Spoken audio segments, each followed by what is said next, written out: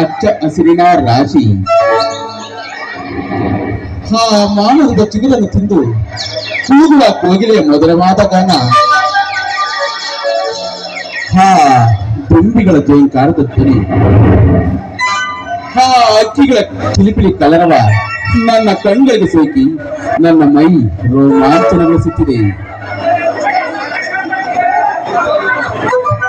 ಇಷ್ಟೆಲ್ಲ ಸಾಲದೆ ಆ ಭಾಸ್ಕರನ ತೇಜ ರಶ್ಮಿಗೆ ಸೋಕಿ ಮುತ್ತುಗಳಂತೆ ಹೊಳೆಯುತ್ತೇವ ಆ ಇಬ್ಬರಿಯ ಹನಿಗಳು.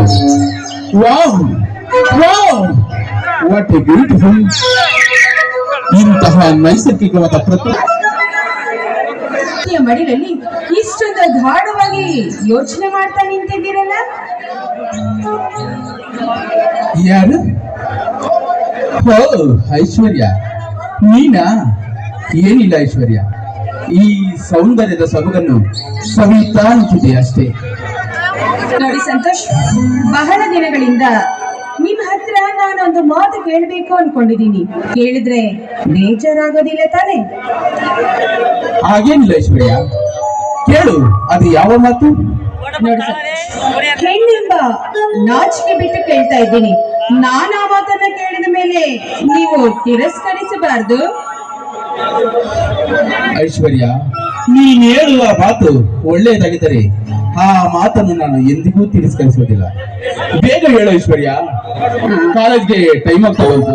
ಸಂತೋಷ್, ಅದು ಏನು ಅಂದ್ರೆ, ಅದು ವಿಷಯ. ಇದೇನು ಐಶ್ವರ್ಯ, ಚಿಕ್ಕ ಮಕ್ಕಳಿಗೆ ತಡವರಿಸುತ್ತಾ ಮಾತನಾಡುತ್ತಿರುವಲ್ಲ, ಅದೇನಂತ ಬೇಗ ಹೇಳು. ನಿನ್ನ ಮನಸ್ಸಿನ ಮಾತನ್ನು ಕೇಳಬೇಕೆಂದು ನನ್ನ ಹೃದಯ ಮಿಡಿಯುತ್ತಿದೆ. ಸಂತೋಷ್, ಬಹಳ ದಿವಸಗಳಿಂದಲೂ ನಾನು ನಿಮ್ಮನ್ನ ಬಹಳ ಪ್ರೀತಿ ಮಾಡ್ತಾ ಇದ್ದೀನಿ. ನೀವೇನಾದ್ರೂ ನನ್ನ ಪ್ರೀತಿಯನ್ನು ಒಪ್ಪಿಕೊಂಡು ಬಿಟ್ರೆ ಈ ಪ್ರಪಂಚದಲ್ಲಿ ನನ್ನಷ್ಟು ಪರಮ ಸುಖಿ ಬೇರೆ ಯಾರು ಇರಲಿಲ್ಲ ಸಂತೋಷ್. ಐಶ್ವರ್ಯ, ಈಗ ನಿನ್ನಲ್ಲಿ ಮೂಡಿರುವುದು ಪ್ರೀತಿ ಅಲ್ಲ ಕಣೆ, ಜಸ್ಟ್ ಫಾರ್ ಅಟ್ರಾಕ್ಷನ್, ಅಂದರೆ ಕೇವಲ ಆಕರ್ಷಣೆ ಮಾತ್ರ. ಈ ಆಕರ್ಷಣೆಯ ಮನಸ್ಸಿಗೆ ಒಲಸೋತು ನಿನ್ನ ಜೀವನವನ್ನು ಹಾಳು ಮಾಡಿಕೊಳ್ಳಬೇಡ.